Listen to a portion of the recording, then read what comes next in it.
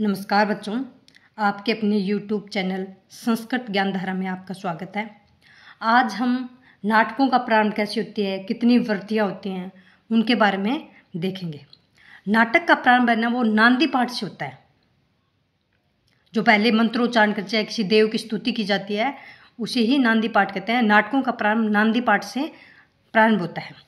रूपक के प्रारंभ में आशीर्वचन युक्त मांगलिक अनुष्ठान ही नांदी कहलाता है। नांदी क्या कहलाता है? रूपक या नाटक के प्रारंभ में आशीर्वचन या आशीर्वादात्मक युक्त मांगलिक मंगल करने वाला जो अनुष्ठान ही नांदी कहलाता है। जो अपन किसी देव की स्तुति करते हैं, भी हे देव मेरे इस काम को निर्विघ्न पूरा करना, वैसे ही नाटकों में जो आशीर्वचन मांगलिक अनुष्ठान किया जाता है उसी ही नांदी कहलाता है। तो नांदी किसे कहते हैं? रूपक के प्रारंभ में आशीर्वचन युक्त मांगलिक अनुष्ठान ही नांदी कहलाता है। मंगलाचरण की तरह ही नांदी को आशीर्वादात्मक या नमस्कारात्मक या वस्तु निर्देशात्मक 3 प्रकार का होता है। जैसे मंगलाचरण होता है ना, वैसे ही नांदी भी 3 प्रकार का होता है। मंगलाचरण कितने प्रकार का होता है? 3 प्रकार का। वैसे ही नांदी भी 3 प्रकार का होता है। एक तो होता है आशीर्वादात्मक, नमस्कारात्मक कि हे भगवान मुझे आशीर्वाद देना, मैं तुझे नमस्कार करता हूँ, या किसी देव की स्तुति की जाती है। तो मंगलाचरण 3 प्रकार का होता है, आशीर्वादात्मक, नमस्कारात्मक और वस्तु निर्देशात्मक। इसी प्रकार ही नांदी भी 3 प्रकार से होता है। आशीर्वचन संयुक्ता स्तुत्रियन स्मात् प्रयुज्यते देव द्विज नृप दिनाम तस्मान नादिन्ति संक्षिप्ता।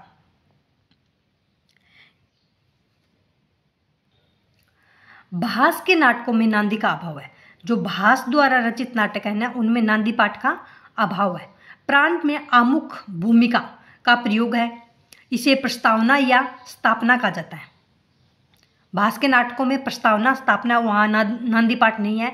नांदी के बाद इसकी स्थापना होता है, स्थाना होता है। सूत्रधार व नटी के परस्पर वार्तालाप द्वारा काव्य या कवि का परिचय दिया जाता है। सूत्रधार और नटी जो अभिनय करता है, उसके बीच में वार्तालाप होता है और काव्य या कवि का परिचय दिया जाता है उसमें, कि वो कवि ऐसा था, वो उसका काव्य ऐसा था। भर्त वाक्य का प्रयोग रूपक के अंत में प्राय नाटक द्वारा मंगलाचरण के रूप में आशीर्वचन, प्रार्थना या शुभकामना श्लोक का प्रयोग किया जाता है। ये क्या कहता है कि भर्त वाक्य का प्रयोग रूपक के अंत में प्राय नाटक द्वारा मंगलाचरण के रूप में आशीर्वचन, प्रार्थना या शुभकामना श्लोक का प्रयोग किया जाता है। निर्वहणम संदो उक्तम प्रशस्ति रूपेण वाक्यम भर्त वाक्यम। भास के नाटकों में क्या होता है?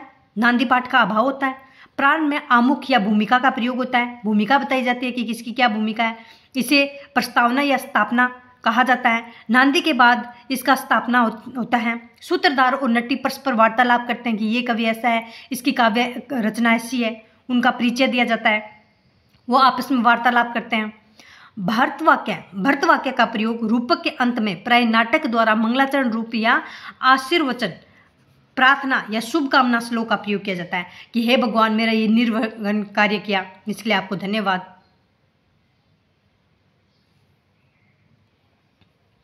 विकृष्ट, चतुर्थ या त्रैस 3 प्रकार के रंगमंच या प्रेक्षागृह का प्रयोग होता है। प्रेक्षागृह कितने प्रकार या रंगमंच कितने प्रकार का होता है? चतुर्थ, विकृष्ट, चतुर्थ और त्रैस, ये 3 प्रकार के रंगमंच या प्रेक्षागृह का प्रयोग होता है। कथानक को जोड़ने के लिए विसंबक और प्रवेशक का प्रयोग होता है।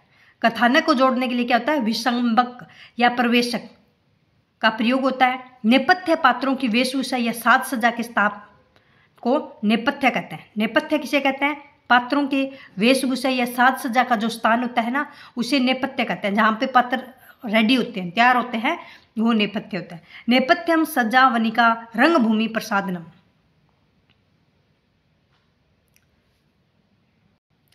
नाट्यवृत्तियां काव्य या नाटक में प्रयुक्त पात्रों का व्यवहार वृत्ति कहलाता है।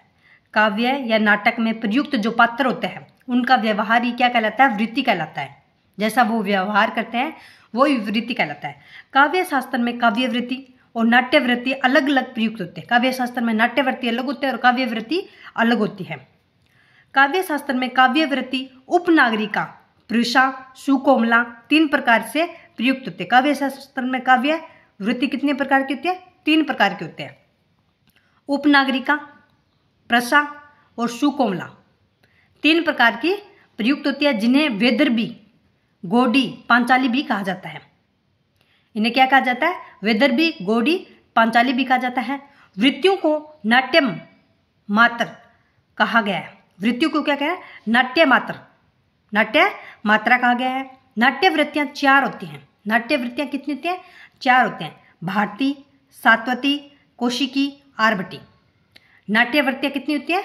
4 होती हैं। और काव्य वृत्ति 3 होती है। काव्य शास्त्र में काव्य वृत्ति 3 होती हैं, उपनागरिका, प्रसा, सुकोमला। ध्यान रखना, काव्य शास्त्र में तो काव्य वृत्ति 3 प्रकार की होती हैं, उपनागरिका, प्रसा, सुकोमला। और इन्हें क्या कहते हैं? वैदर्भी, गोडी और पांचाली कहते हैं। काव्य शास्त्र में काव्य वृत्ति 3 और नाट्य वृत्ति 4 होती है। कौन कौन सी? भारती, सात्वती, कौशिकी और आरभटी। कंफ्यूज मत होना। काव्य शास्त्र में काव्य वृत्ति 3, उपनागरिका, प्रसा, सुकोमला, वैदर्भी, गोडी, पांचाली। और नाट्य वृत्ति 4 होती हैं, भारती, सात्वती, कौशिकी और आरभटी। आई होप आपको अच्छे से क्लियर होगा। इन चीजों को ध्यान रखना। ये 4 वृत्तियां हैं, इनको देखते हैं क्या क्या होता है। भारतीय वृत्ति में क्या होता है? शब्द वृत्ति होती है, सभी रसों में अनिवार्य होता है भारतीय में, लेकिन करुण व अद्भुत रसों विशेष प्रयोग होता है। भारतीय में क्या होता है? करुण और अद्भुत रस विशेष होते हैं। भारतीय शब्द वृत्ति होती है, सभी रस इसमें अनिवार्य होते हैं भारतीय में, करुण और अद्भुत विशेष प्रयोग होता है, इसका ज्यादा प्रयोग होता है। वाचिक अभिनय से संबंधित होता है, इसमें बोलते हैं वाचिक अभिनय। ऋग्वेद से जन्म हुआ है भारतीय वृत्ति का। और नट द्वारा प्रयुक्त, नट बोलता है भाई, संस्कृत भाषा में प्रकट व्यापार भी भारतीय में होता है। सात्वती वृत्ति क्या होती है? अर्थ। इसमें शब्द वृत्ति है, इसमें सात्वती में अर्थ वृत्ति है, इसमें अर्थ किया जाता है, अर्थ वृत्ति।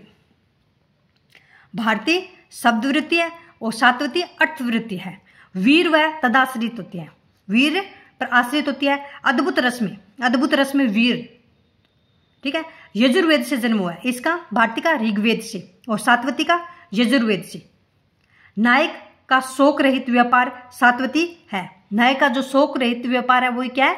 सात्वती है, जिसमें सत्व, शौर्य, त्याग, दया भावों का प्रकाशन होता है। सात्वती में क्या होता है? त्याग, सत्व, शौर्य, त्याग, दया और भावों का प्रकाशन होता है। कौशिकी वृत्ति ये अर्थ वृत्ति होती है। भारतीय शब्द वृत्ति है, सात्वती अर्थ वृत्ति है और कौशिकी भी की अर्थ वृत्ति है। श्रृंगार तदाश्रित होती है, श्रृंगार पर। हास्य रस में, इसमें श्रृंगार पर आश्रित होता है हास्य रस में, और वीर पर आश्रित होता है अद्भुत रस में। सात्वती वीर पर आश्रित अद्भुत रस में और कौशिकी श्रृंगार पर आश्रित हास्य रस में होती है। और ये सामवेद से जन्म हुआ है। भारतीय का ऋग्वेद, सात्वती यजुर्वेद, कौशिकी वृत्ति सामवेद से जन्म होता है। इसमें गीत, नृत्य, विलास आदि चेष्टाओं के कोमल भावों का जन्म देने वाली वृत्ति कौशिकी है। गीत, ऐसे पूछ ली कोई किसी पेपर में, गीत, नृत्य, विलास आदि चेष्टाओं के कोमल भावों को जन्म देने वाली कौन सी वृत्ति है? तो कौशिकी वृत्ति है। इस कौशिकी वृत्ति का जन्म कहाँ से हुआ है? सामवेद से हुआ है। और ये किस पर, कौन सा रस है? इसमें श्रृंगार पर आश्रित हास्य रस है और अर्थ वृत्ति है। आरभटी वृत्ति क्या है? ये भी अर्थ वृत्ति है। विभत्स रस पर आश्रित है, भयानक। इसमें क्या है? विभत्स रस है और भयानक रस, और ये रौद्र पर आश्रित है, करुण रस में है, रौद्र और करुण रस में है। ये इसका जन्म आरभटी का किससे हुआ है? अथर्ववेद से हुआ है। आशा, इंद्रजाल, क्रोध, वध और संग्राम और उद्यत पर आश्रित है। भारतीय शब्द वृत्ति है, इसमें सारे ही रस हैं, लेकिन करुण और अद्भुत रस विशेष है भारतीय में। ये वाचिक अभिनय पर आश्रित है, बोलते हैं इसमें, और ऋग्वेद से इसका जन्म हुआ है। नट में प्रयुक्त संस्कृत भाषा के व्यापार है इसमें, ठीक है। सात्वती अर्थवृत्ति है, वीर पर आश्रित अद्भुत रस है, यजुर्वेद से जन्म है। नायक को शोक रहित व्यापारी सात्वती है वृत्ति है। नायक का क्या है? शोक रहित व्यापारी सात्वती है, जिसमें सत्व, शौर्य, त्याग, दया आदि भावों का प्रकाशन होता है। कौशिकी वृत्ति क्या है? ये भी अर्थवृत्ति है। श्रृंगार पर आश्रित हास्य रस है इसमें, और इसका जन्म किससे हुआ है? सामवेद से हुआ है। और गीत, नृत्य, विलास आदि चेष्टाओं से कोमल भावों का जन्म कौन सी वृत्ति में होता है? कौशिकी वृत्ति में होता है। आर्भटी वृत्ति ये भी अर्थवृत्ति है। विभत्स और भयानक रौद्र पर आश्रित करुण रस है इसमें डर भी है और गुस्सा भी है और करुणता भी है। और इसका जन्म किससे हुआ है? आर्भटी, अथर्ववेद। ऐसे आर्भटी और ऐसे अथर्ववेद। आशा, इंद्रजाल, क्रोध, वध, संग्राम उद्धत ये क्या है? आर्भटी वृत्ति है। हमने 4 वृत्तियां देखी हैं, 4 वृत्तियां नाट्य शास्त्र में, और अपने वृत्तियों का अच्छे से एक्सप्लेन किया है कि कौन सी वृत्ति में क्या क्या है। भारतीय, एक बार दोबारा याद करती हूँ, भारतीय शब्दवृत्ति ऋग्वेद, सातवती अर्थवृत्ति यजुर्वेद, कौशिकी सामवेद अर्थवृत्ति, और आर्भटी अर्थवृत्ति और अथर्ववेद।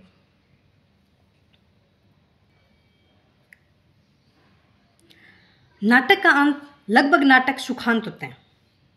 लगभग नाटक क्या होते हैं? सुखांत होते हैं। नाटक का अंत सुखांत होता है। अपवाद एक है, अरुभंग है ना, वो दुखांत नाटक है, और सारे सुखांत है लगभग।